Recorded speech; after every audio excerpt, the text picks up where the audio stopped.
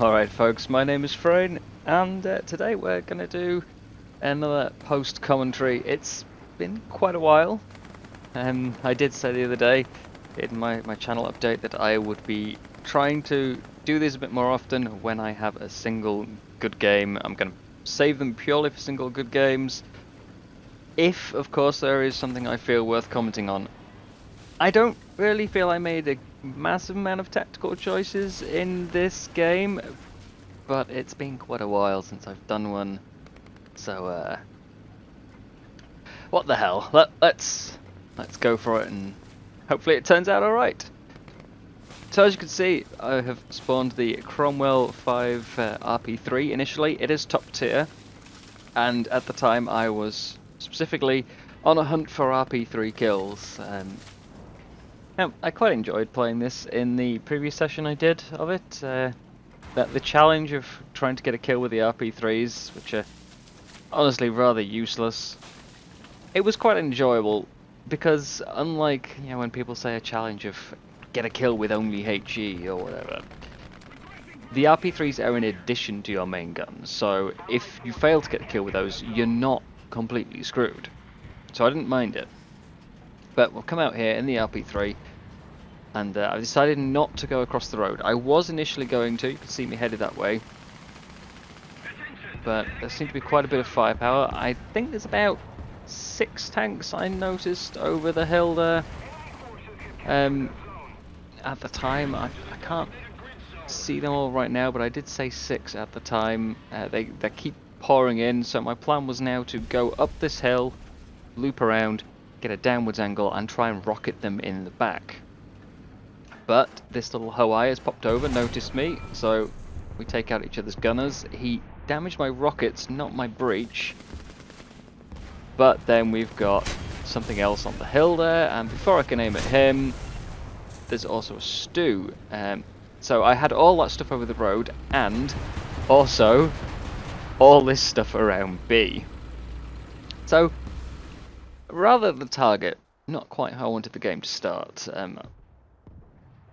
So now we're into the backup of the regular Cromwell V. Same plan, just go over, clear it out. No chasing rocket kills, of course, and just hope things do better this time. Of course, being a post-commentary, you already know that they do turn out better, otherwise why would I be doing it? One of the reasons I often prefer doing the live stuff, actually, obviously I'm not going to make a video on bad games very often, but I like the suspense of you don't know exactly what's going to happen, whereas if I'm doing a post-commentary, you already know things are going to go reasonably well, at least. But here's first target, that's a Marder, so we go for the whole crew first because he's facing away. It not only takes out his crew, but it takes out his mobility, and I can machine gun down his crew, so I don't need a second shot. If it was facing, I would go the other way. I'd go for the gun crew first. Next, for the stew. So again, take out his mobility first. I went transmission instead of engine, just in case I managed to get a couple of extra crew with the shot. But stops him getting his gun on me. Take him out. That's 2, already an improvement. Our team's been pushed back quite hard, but next target, Panzer IIIN, is down. He did get a shot off, but there was that tree in the way and he's firing heat. I assume heat, it's the only thing that can pen me. So that's not going to get through a tree.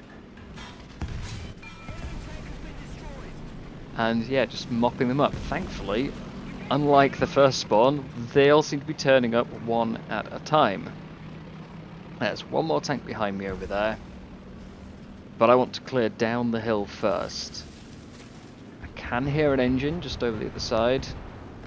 We've got a little Daimler armoured car heading into A. He's killed the Panzer III, so I can stop focusing down there and start focusing on where I'm driving, which clearly I haven't done a very good job so far. And we'll go and investigate this engine. Another tank destroyer. So just one shot, pick him off. And we'll push on out and tuck into some cover. If I was in a vehicle with better reverse, I probably would have backed off and checked around a bit first, but I can't get back into cover after taking that shot. Anybody who's nearby has a potential to have noticed the shot and start turning their gun. I just need to get out of there as fast as possible. And the fastest way with the Cromwell is forwards, so up the hill behind some more rocks, take out a Chi-He quickly, and start looking over at this Panzer III I've just noticed. Now, I feel like this is a mistake really, this here. I'm doing the right thing for the moment. I'm keeping my eye on him, looking to see when he comes into view, while continually checking around me instead of just tunnel visioning. That's definitely better than how I normally play. I don't think I should have taken this shot. Certainly I don't think I should have taken the second. My raging's been a bit off lately, and obviously there it was again. I didn't hit him. He'll have noticed the first shot because he started backing up, but he may not have realised where it came from until the second. So we're getting out of there when I spot this little guy. So we go for the breach, and then I realise I've just rolled forwards a bit further than I wanted, so back up. Just in time. Now, I feel like in the past 6 months, year or so maybe, I've been going downhill a bit. I'm making more snap shots instead of sort of calculating and going for the breach. You know, I'll go for the one shot. I'm rushing them. I'm not paying as much attention to my surroundings when I position and maneuver. I'll stop in the middle of the open to take a shot instead of trying to find cover first. But I think I did a lot more right in this game than I have recently. It's certainly not without mistakes though, and of course there is always a lot of luck involved in every game. And we've seen one tank in the distance. I don't want to take a shot at him from where I was. As I said, I'm paying more attention to my positioning this game, which is great. So I've come up to this hill instead. And this is another mistake here. There is a tank in the background there. I know people do like to sit up there, but I shouldn't be taking shots. I'm warning him that someone knows where he is. And there's a very, very slim chance of me actually hitting him. I'm also warning people potentially where I am. Thankfully that Panzerjäger didn't notice me. Or Panzerjäger, I don't know how to say it. There may have been more tanks though coming up that road, which may have spotted those shots. And that mistake will come into play a bit more later on as well. As will taking these shots as well. This really, again, not my best choice. I'm trying to use the scope adjustment to hit him because I can't see him in scope. I can only see him in binoculars. But I just can't be quite accurate enough. Something else there. There we go. I've given myself away quite a bit with a lot of these shots. I'm making third-person shots to avoid, you know, a bush that's in the way. And as you can see from that hill, the chance of hitting whatever is up there was really, really minimal. Simply too much obstruction. I shouldn't have taken those shots. Now we've failed to finish him. He's driven away because I've already alerted him with my previous rounds. Had I not taken the shots at him, he would have been in a more visible and easily hittable position. I probably could have got the one shot or at least a follow-up. And driving into this rock here because I was driving it in binoculars. Again, mistake.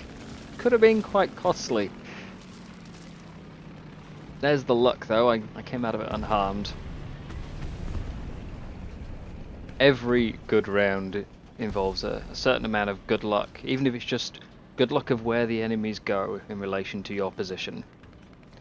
Now, I've had position on this hill so I can try and cut off enemy reinforcements. I'm not going straight up for the spawn camp. I'm trying to cover as many angles out of it as I can to reduce the chance of them getting to a cap point. Of course, I've obviously not done the best job of it, as they are still capping B. It's this little Puma that made that.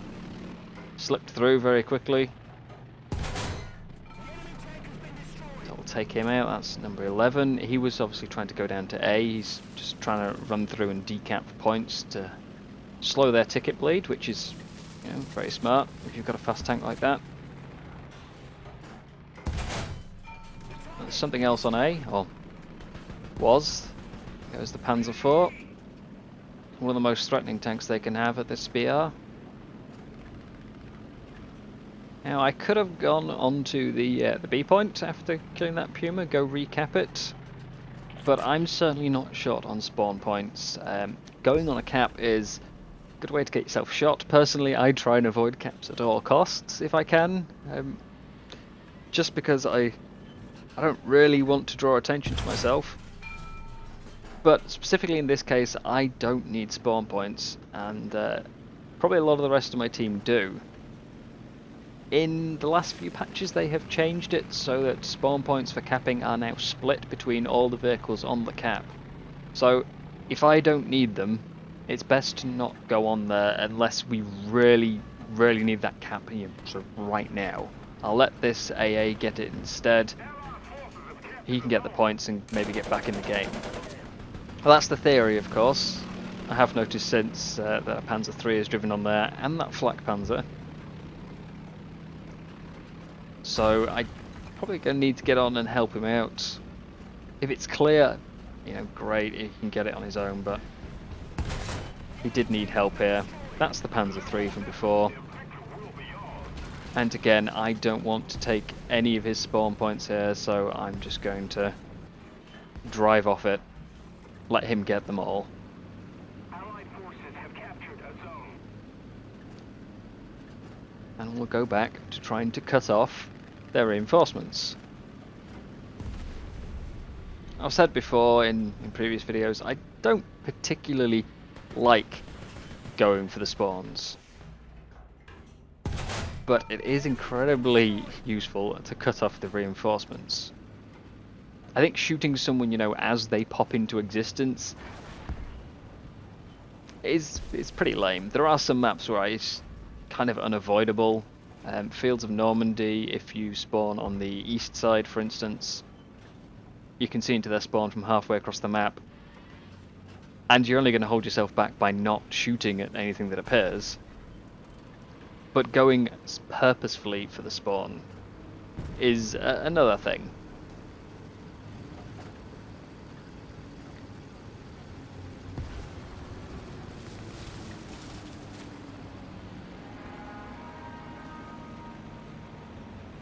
Now they're capping A again, so that gives me a good idea of where they are.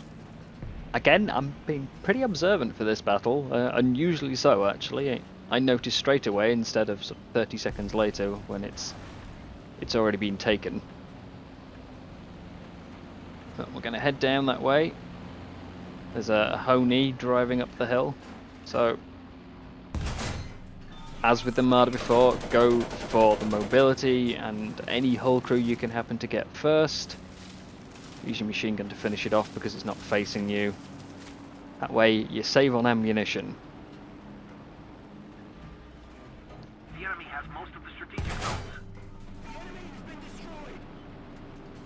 And we've got something else down there as well. Panzer 2H. They're down to a lot of very light-skinned vehicles at this point. And somehow, after that first spawn where I got absolutely swamped, I've managed to avoid getting shot at all, really. It's just one of those things. Two spawns, even in the same game, can be so completely different. Some games, if I die early, I will just leave, because you know, it puts you in a bad state of mind. I know it's not great for your team to be out instantly, but I confess I do it. I don't always want to hang around if If I've got that instant frustration, it's going to make me play badly. It's better to just move on for me. Personal preference.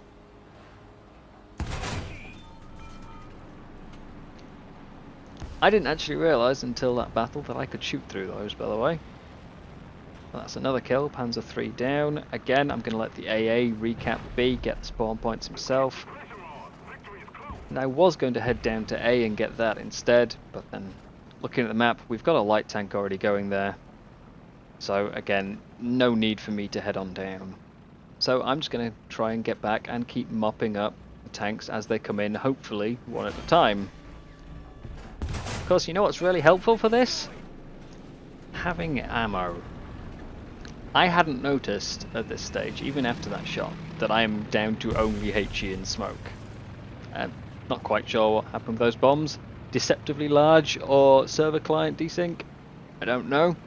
Either way, I survived, and I'm just going to turn on the original audio for a moment. Oh god, I'm out of ammo. Yeah, I am. I really should have noticed sooner, but of course the Sturmpanzer that I fired HE at, well, he died. So why would I have noticed that? I mean, normally, you know, you notice HE because you shoot at something it takes no damage. That wasn't the case here. As I said, mistakes are made this game. Firing off a lot of shots that I shouldn't have done, and not keeping track of my ammo. I've been reasonably observant this game, for the most part, but that's a pretty big, screw up there. I do have people ask me frequently on stream, why do you bring so much ammo in all your tanks? It's because of games like this. Now, of course, these aren't super common, but it can be really annoying when you're getting close to a victory and you're suddenly let down by lack of ammunition. So if I can avoid that happening. Plus, as I will momentarily demonstrate, of course, after getting a few shells here, carrying out low amounts of ammunition doesn't always help in a lot of these tanks where you've got a small crew compartment and you're fighting APHE. I only had, what, 8 total shells in the tank at that point, and I still managed to get ammo detonated. But 21 kills with 1 spawn I think is the best I've ever had for a single spawn. It's not the best total, but considering how the first spawn went, that was a fantastic result. We won as well, which is great. My failure to kill the Stug didn't stop any of that, so it wasn't, the worst thing in the world. I probably could have killed those other 2 tanks that turned up and the Stug and made that an even better game had I had ammunition. So yeah, spamming off all those shots into the trees and hills earlier really ended up costing me. And as you saw, I still ended up getting ammo racked. So I think next time I'll probably just load up on full ammo. But that's it for me today. So as always, thank you very much for watching. I hope you enjoyed. And I'll see you next time.